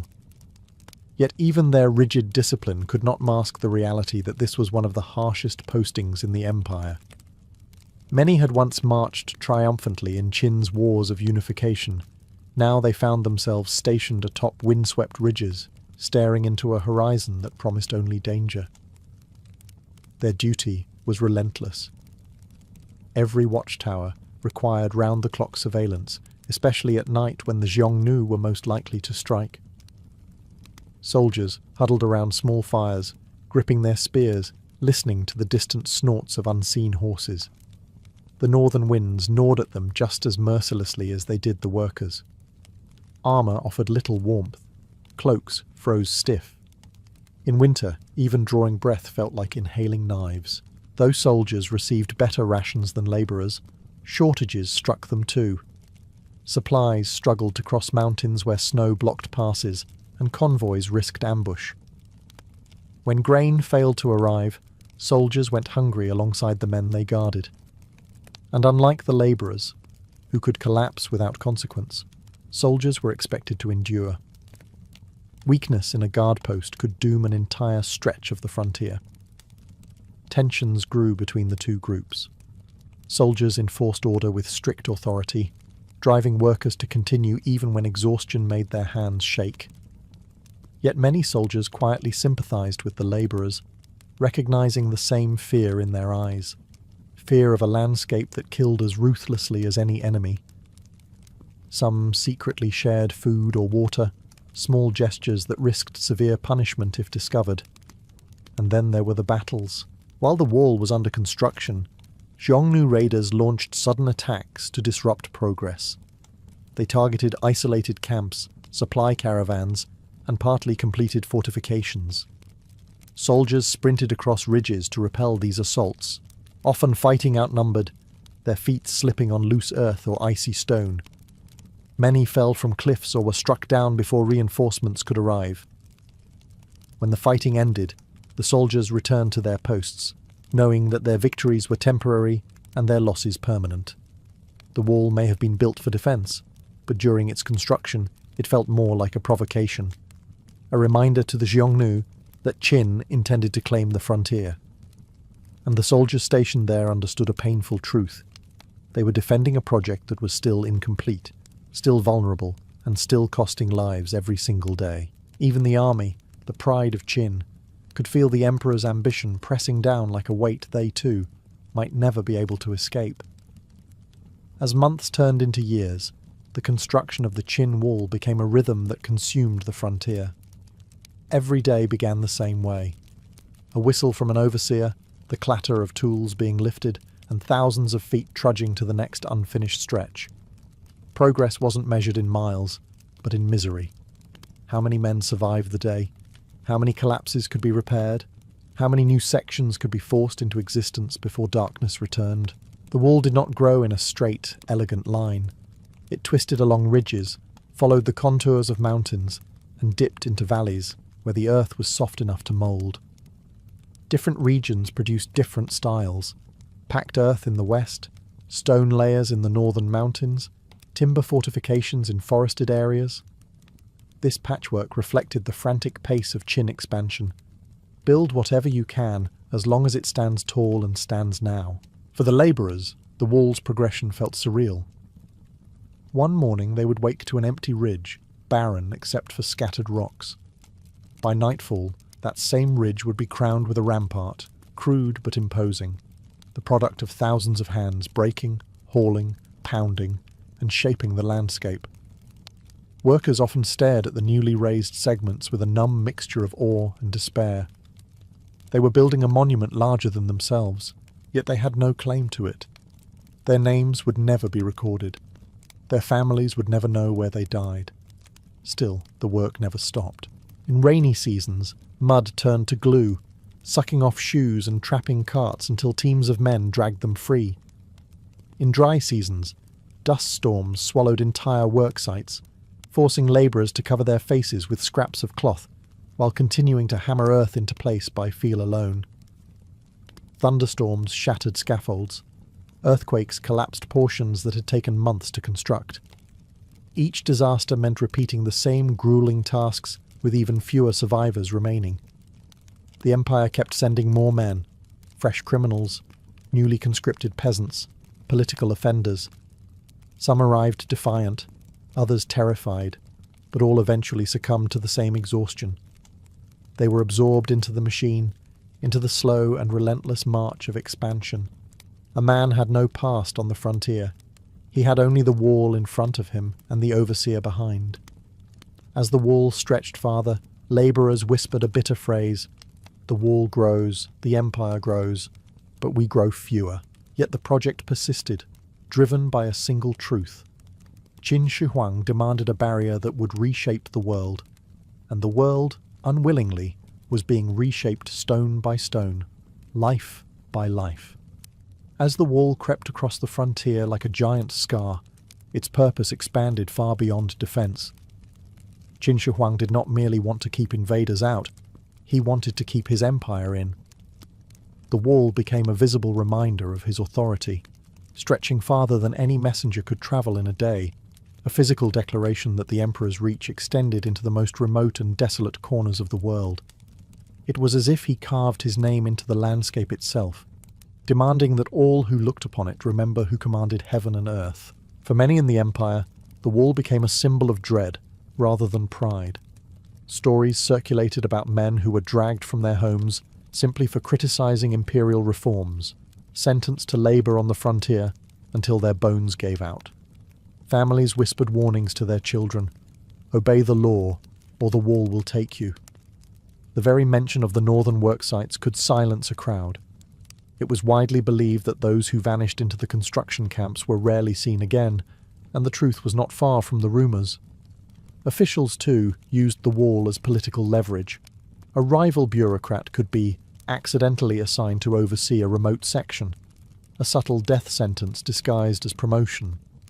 Even nobles feared offending the wrong minister. The wall was an equalizer in the most brutal sense, stripping away wealth, rank, and privilege. On the frontier, everyone answered to the emperor alone, yet Qin propaganda spun a different tale. Court poets and scholars praised the wall as a dragon of protection, a sacred shield guarding the realm from chaos. Travel records described it as the greatest engineering achievement in history. Statues and inscriptions celebrated the emperor's benevolence in securing peace for future generations. But those who actually worked on the wall knew the truth. It was built with more cruelty than stone. Still, the wall did its job. The Xiongnu, unnerved by the rapid expansion, retreated farther north, uncertain how to confront a barrier that grew faster than they could tear it down. Patrols reported fewer raids. Farmers along the inner frontier began to sleep with a little less fear. The emperor's vision, for all its brutality, was shaping the geopolitical landscape. But beneath this veneer of stability, resentment simmered. Every clenched fist, every unmarked grave, every family mourning sons lost to the frontier carried a quiet, dangerous question. How long can an empire stand if it is mortared with suffering? The wall rose higher, the emperor's power grew heavier, and the foundations of rebellion were quietly setting. By the time Qin Shi Huang died in 210 BCE, the wall stretched across thousands of li, from the deserts of the west to the rugged mountains of the east. It was not a single, continuous structure like later dynasties would refine, but it was vast enough to intimidate enemies and awe travellers. More importantly, it had reshaped the identity of the empire.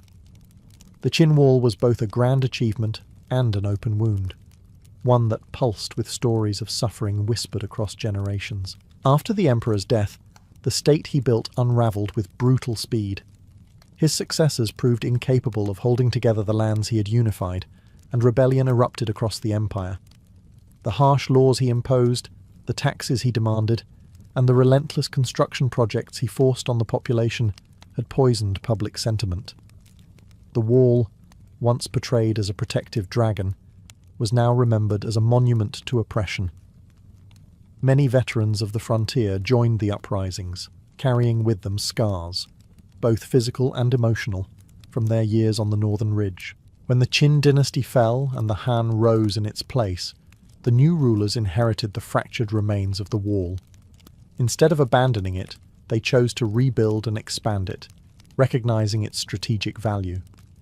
But unlike the Qin, the Han used diplomacy alongside force, forging alliances with some nomadic groups while reinforcing vulnerable stretches. The wall, once a symbol of the first emperor's obsession, now served a more practical purpose, a managed frontier rather than an impossible barrier.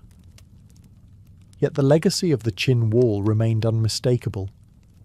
In folk tales and songs, it became known as the structure where 10,000 men died, a place where the earth itself held the bones of the forgotten. Archaeologists would later discover graves near ancient sections, confirming what workers had always murmured. The wall consumed lives as readily as it repelled enemies. Even today, stories persist of spirits wandering the old ramparts, echoes of men who never returned home. But despite its grim origins, the wall influenced centuries of Chinese defense strategy and ultimately inspired the far more famous structures we now associate with the Great Wall.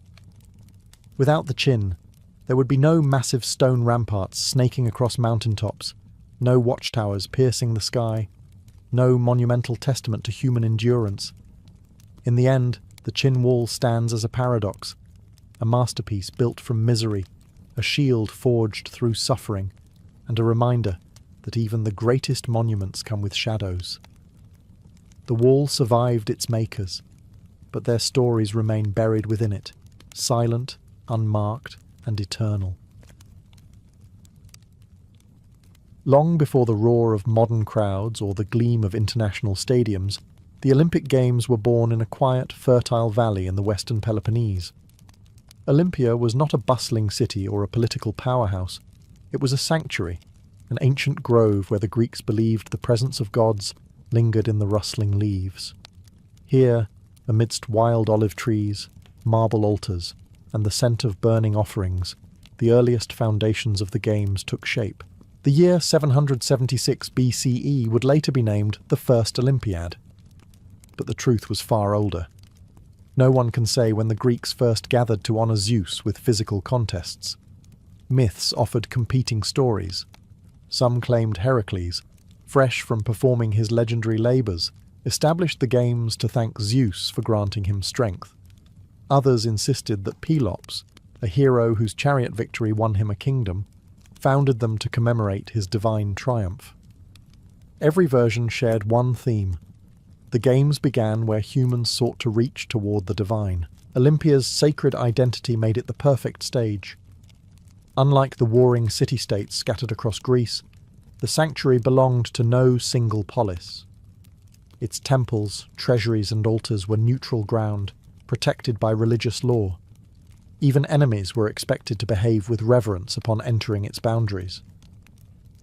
And because the Greeks believed Zeus watched from above, every athlete who entered the arena carried not only the pride of their city, but the weight of divine judgment. But the games were not created merely to entertain. They were offerings, gifts of strength, endurance, and courage presented to the gods. Victories brought honor not just to the athlete, but to Zeus himself. Losing was not shameful. Failing to give one's best effort was. It was said that an athlete must compete for the glory of Zeus alone, a reminder that ambition was allowed, but arrogance was not. As pilgrims gathered from distant lands, Sparta, Corinth, Athens, Elis, they arrived with the same awe one might bring to a sacred pilgrimage. They came bearing sacrifices, prayers, and hopes. Before any race could begin, before any athlete could be crowned, priests lit the sacred fire at the altar of Zeus, its smoke rising into the sky as an invitation to the divine. In that moment, the world of mortals paused. Ritual replaced rivalry. Piety overshadowed politics. And from this sacred space, the Olympic Games emerged, not as sport, but as a holy dialogue between humans and gods. A dialogue that would soon unite all of Greece. To understand the true power of the ancient Olympics, one must first understand Greece in the 8th century BCE, a land of fierce independence, proud rivalries, and constant conflict. City-states like Sparta, Athens, Argos, and Corinth were more than neighbours. They were competitors in politics, trade, and war. Feuds could last generations. Borders shifted with every season. Distrust was the default. And yet, every 4 years, something extraordinary happened. A divine peace known as the Ekacheria, or sacred truce, was proclaimed across the Greek world. Heralds travelled from Olympia to the farthest city-states, announcing that during the upcoming games, all warfare must stop. Soldiers were ordered to put down their spears. Generals postponed campaigns. Even bitter enemies agreed, if only temporarily, to honour the will of Zeus. This truce was not a polite suggestion. It was a sacred obligation. Violating it meant offending the king of the gods himself, an act considered reckless at best and suicidal at worst. The Greeks believed that the gods watched over the games with sharp, discerning eyes, ready to punish those who disrespected their festival. The practical effects were astonishing. Roads that were usually dangerous suddenly became safe. Pilgrims could walk hundreds of miles across mountains, past hostile territories, and through strange cities without fear. Athletes, trainers, poets, merchants, and spectators made their way to Olympia in long caravans, united by a purpose greater than politics. For many Greeks, the journey itself was a spiritual transformation. A Spartan might travel beside an Athenian without reaching for a weapon. A Corinthian merchant might share a wineskin with a Theban storyteller by the roadside. These were encounters that never would have occurred in wartime, and in Greece, wartime was most of the time. The sacred truce also signalled the start of ritual preparations in each city. Families chose which athlete would represent them. Noble houses boasted of sons training for glory. Gyms and running tracks filled with hopeful competitors. Even the poorest villagers dreamed of seeing Olympia, perhaps for the first and only time in their lives. As the days passed, excitement spread. When the heralds' voices echoed across the hills, announcing the exact date of the games, Greece shifted into a rare moment of unity. The truce did not erase rivalries, but it elevated something more important: the shared belief that honouring Zeus and celebrating excellence was worth pausing the endless churn of war. In those sacred weeks, Greece remembered what it meant to be one people, and all roads, peaceful at last, led to Olympia. As the sacred truce took effect, the Greek world seemed to inhale deeply and, just for a moment, stop bracing for war. Roads that had once belonged to armies now filled with pilgrims carrying offerings, travellers seeking spectacle, and athletes chasing immortality. For many, the journey to Olympia was as important as the games themselves, a pilgrimage of devotion, endurance, and anticipation. Athletes often travelled months in advance, accompanied by trainers, family members, and supporters. Some came from wealthy city-states and arrived with well-funded entourages. Others came barefoot from remote villages, carrying little more than a bronze strigil and a bag of figs. Yet all walked the same dusty paths, all cooked over the same roadside fires, and all gazed toward the west with the same mixture of nerves and excitement. Along the way, small towns and sanctuaries offered places to rest, pray, and prepare. Inns overflowed. Merchants set up stalls selling oil, salted fish, pottery, and amulets said to bring Zeus's favour. Poets and musicians performed for coins, turning the journey into a moving festival. Even storytellers gathered crowds, recounting the victories of legendary athletes, men who had lifted bulls, outrun horses, or been crowned 3, 4, even 5 times. But the pilgrimage wasn't only festive. It was a test. Athletes were expected to obey strict moral and physical discipline on the road. They trained in the mornings, abstained from excessive food or wine, and slept on hard surfaces to condition their bodies. They avoided impurity, prayed daily, and treated the journey not as a vacation, but as the beginning of the competition. The closer they came to Olympia, the more reverent the atmosphere became. Travellers crossed rivers believed to be sacred, passed shrines to Hermes and Apollo, and walked beneath towering oak trees said to whisper oracles. The landscape itself seemed to prepare them for what awaited. Finally, after long days of marching, the travellers reached the Altes, the sacred grove that housed temples, treasuries, altars, and statues. The scent of burning incense drifted through the air. Priests tended sacred fires, and above all stood the monumental temple of Zeus, its pediments gleaming in the sun, its presence overwhelming even the bravest athlete. For many pilgrims, stepping into Olympia felt like stepping out of the mortal world entirely, a place where gods watched from every shadow, a place where the greatest feats of human ability were expected, not exceptional, a place where legends were born. Long before a single runner set foot on the track or a wrestler squared his stance, the ancient Olympics began with rituals, solemn, magnificent, and deeply rooted in the Greek relationship with the divine. For the Greeks, athletic competition was meaningless unless it honoured the gods, and Zeus, king of Olympus, demanded nothing less than perfection. The day before the games officially opened, the Altes transformed into a vast ceremonial theatre.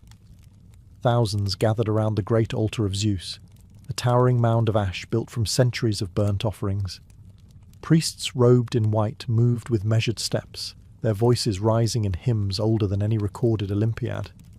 The air thickened with the scent of olive branches, incense, and freshly slaughtered animals, whose smoke rose in spirals toward the sky. Athletes took part in a sacred oath ceremony at the Bouleuterion, the council hall, standing before the statue of Zeus Horkios, Zeus of Oaths. They swore to obey the rules of the games, to compete honourably, and to train rigorously for the required 10 months. Breaking the oath invited not only punishment from officials, but divine wrath. In front of Zeus's steely gaze, no man dared lie. Parents and spectators also offered sacrifices: small bronze figurines, coins, olive wreaths, and textiles. These were tokens of gratitude or desperate prayer. A father might sacrifice a goat, hoping his son would return victorious. A pilgrim might bring a simple offering of barley cake, asking only for safe travel home. The value of the gift mattered less than the sincerity behind it. The most dramatic ritual came with the hecatomb, a public sacrifice of 100 cattle to Zeus. As each animal fell, its blood soaked into the sacred earth, symbolizing purification and awe. The choicest meat was burned for the god. The rest would later feed thousands in a massive communal feast. In this shared meal, rivalry softened. Athletes who would soon battle in the stadium sat side by side, tasting the same sacred food. Musicians played flutes. Poets recited hymns celebrating Zeus, heroes, and past Olympic champions. Children ran between the crowds carrying olive leaves from the sacred grove. Even the wind seemed to hush, as if the world were pausing for the ritual to settle across the land. Only once the sacrifices were accepted, only once Zeus was honoured, could the games begin. For without the blessing of the Father of Gods, no victory meant anything. And without ritual, the Olympics were not competition. They were sacrilege. With the rituals complete and Zeus duly honoured, the sanctuary of Olympia shifted from a solemn temple ground into the heart of the Greek world's greatest festival. The first official moment of the Games was the opening procession, a spectacle that captured the spirit of unity the Olympics were meant to embody. At dawn, a trumpet blast echoed through the Altes, bouncing off marble columns and rustling the sacred grove. Athletes, judges, officials and heralds gathered at the entrance of the sanctuary, each representing a different city-state, each carrying the pride of their homeland on their shoulders. Despite Greece being a patchwork of independent, and often hostile polis, the procession presented a vision of what unity could look like. Leading the march were the Hellenodikai, the judges of the Games.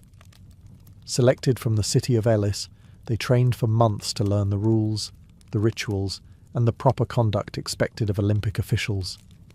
Dressed in flowing robes, they walked with a solemn dignity, for their authority came not from law, but from Zeus himself. Behind them came the athletes, moving in orderly lines, bodies gleaming with oil, muscles carved by months of laborious training. Some bore the rugged physique of Spartans, hardened by discipline since childhood. Others carried the proud elegance of Athenian competitors, trained in gymnasia filled with philosophers and poets. Still others came from distant colonies, Magna Graecia in Italy, Ionia on the coast of Asia Minor, even Cyrene in North Africa. When they marched together, it stretched across the sanctuary like a living tapestry of Greek identity. Following the athletes were ambassadors, musicians, priests, and representatives of various cities. Many carried offerings, ornate bronze tripods, carved wooden statues, or dedications to Zeus and Hera. Chants and songs accompanied the march, blending reverence with celebration. The procession wound its way past the temples, the treasuries, and finally into the stadium, an elongated bowl carved into the landscape. No seats existed.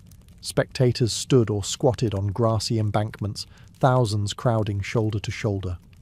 When the athletes entered, a roar rose from the spectators, a thunderous greeting from all of Greece.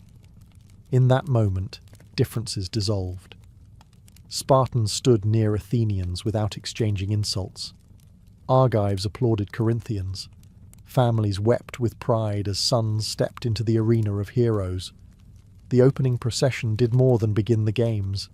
It reminded a fractured world that for 5 sacred days, all Greeks walked the same ground, under the same sky, before the same god.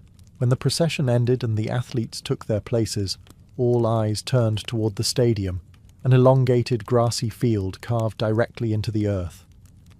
Unlike the marble arenas of later centuries, the early Olympic Stadium had no stone seating, no towering walls, no lavish ornamentation. Its simplicity was intentional. The Greeks believed athletic contests should not distract from the purity of the competition or the presence of the divine. This was not entertainment. This was a sacred test of human excellence before the gods. The stadium stretched roughly 192 meters, the length of one stadion, the unit that gave the world the word stadium. At each end stood starting lines carved into stone, worn smooth by centuries of bare feet. Spectators lined the embankments. Men of all ages, priests with solemn expressions, aristocrats wrapped in fine cloaks, travellers from distant lands, and even philosophers eager to witness physical ideals in motion. Women, however, were barred from attending. Only priestesses of Demeter were permitted inside. For everyone else, the games were strictly a male domain. A hush fell as the herald stepped forward, raising his hand.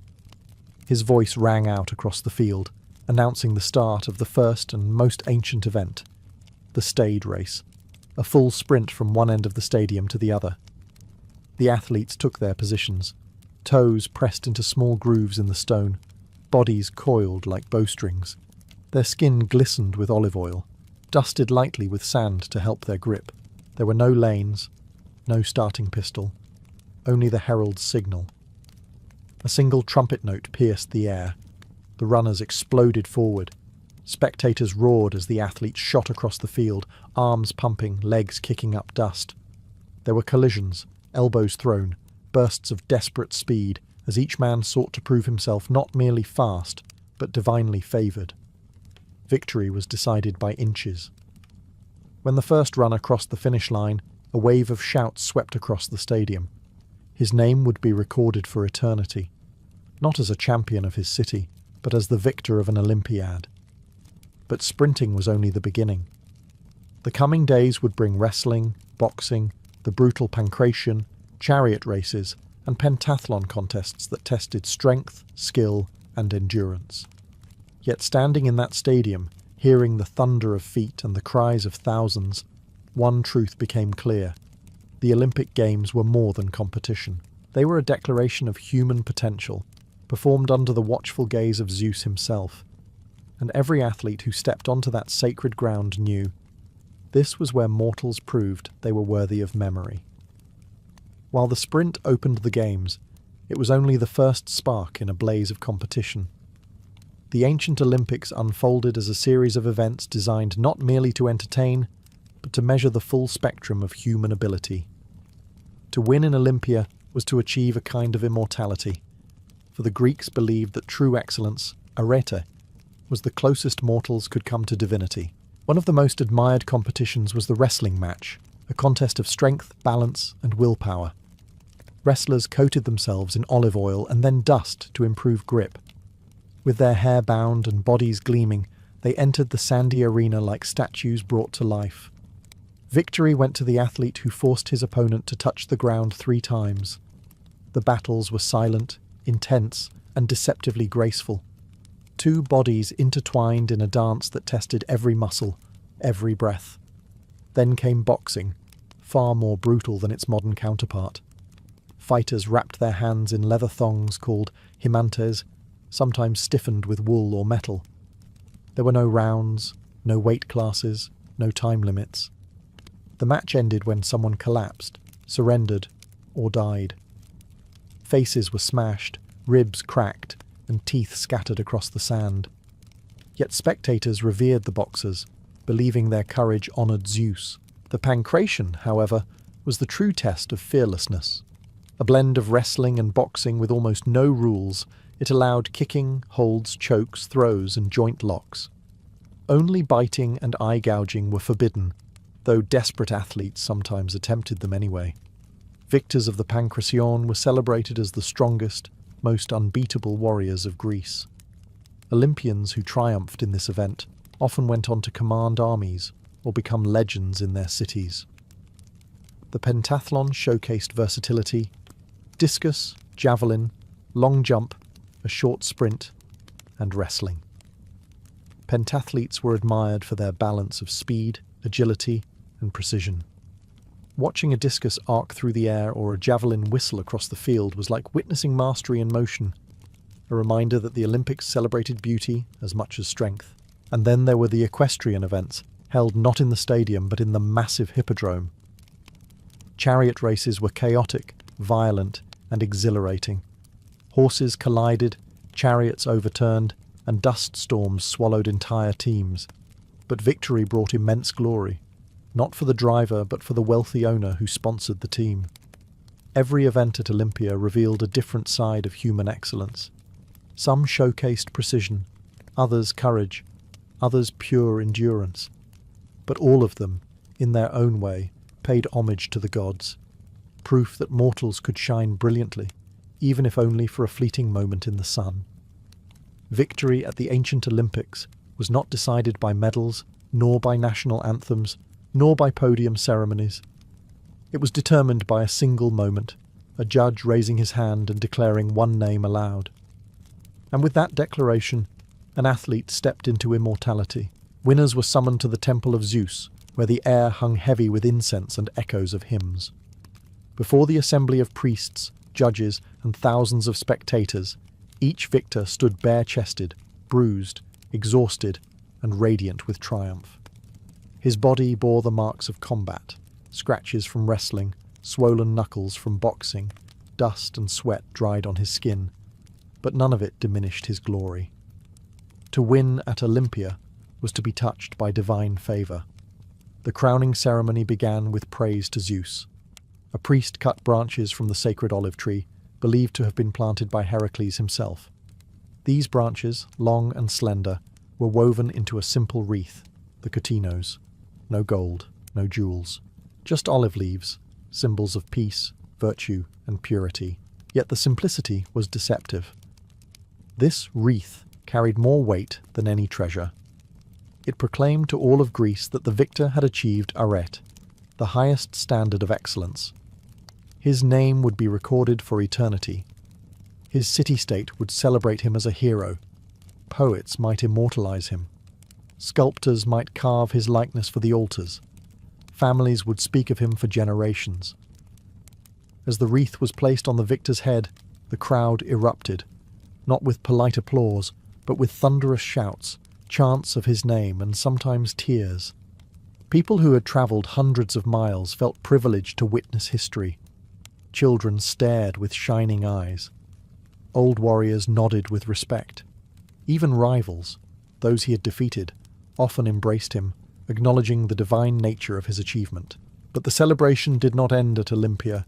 When champions returned home, they were greeted as conquering heroes. City gates were sometimes torn down so that the victor could enter through a breach, symbolizing that his triumph made the city stronger. Some received free meals for life. Others were granted pensions, statues, or even political office. Yet most champions insisted that these earthly honours were secondary. What mattered most was the wreath itself, the knowledge that they had honoured Zeus, honoured their city, and proven themselves worthy before all of Greece. For in the sacred valley of Olympia, even the briefest moment of victory echoed across centuries, carried by the leaves of a simple olive crown. When the final contest ended and the victors were crowned, Olympia gradually returned to its sacred quiet. Athletes packed their gear, priests extinguished ritual fires, and caravans began the long journey home.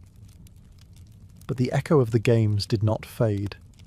It lingered, carried on songs, inscribed on stone, immortalized in memory. What happened in Olympia every 4 years was more than a festival. It was a cultural engine powerful enough to outlive kingdoms, wars, and shifting civilizations. The games became a marker of time itself. Greeks measured history not by dynasties or conquests, but by Olympiads, 4-year cycles that bound the Greek world into a shared timeline. A victory at the Olympics was not simply an athletic achievement. It was a moment etched into the calendar of an entire civilization. Cities boasted of their champions the way others boasted of walls or temples. A single triumph at Olympia could elevate a modest polis into prominence. What made the games truly enduring, however, was their spirit of unity. Every 4 years, rivals became pilgrims, enemies became spectators, and Greece remembered, briefly but powerfully, that it was a cultural family bound by language, religion, and tradition. The Olympics kept alive the idea of a shared Greek identity, even during centuries when politics tore the region apart. Philosophers, playwrights, and historians praised the games as the purest expression of arete, the striving for excellence in body, mind, and soul.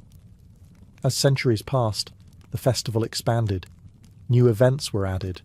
New temples were built.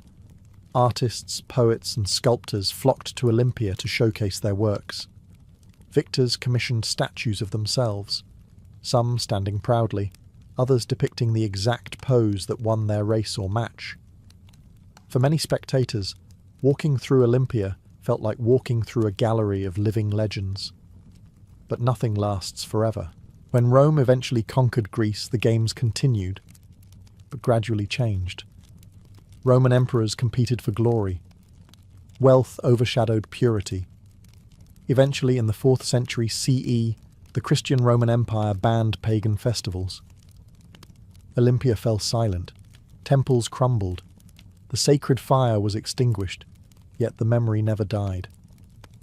Centuries later, when modern nations sought a symbol of peaceful competition and shared humanity, they looked back to Olympia. They revived the Games not as a religious festival, but as a global celebration of athletic excellence. Today's Olympics, with all their spectacle, technology, and worldwide reach, are descendants of that humble sprint in 776 BCE. What began in a sacred grove with offerings to Zeus became a tradition that spans continents. A reminder that even in a divided world, humanity can unite, if only for a moment, to honour the extraordinary potential of the human spirit.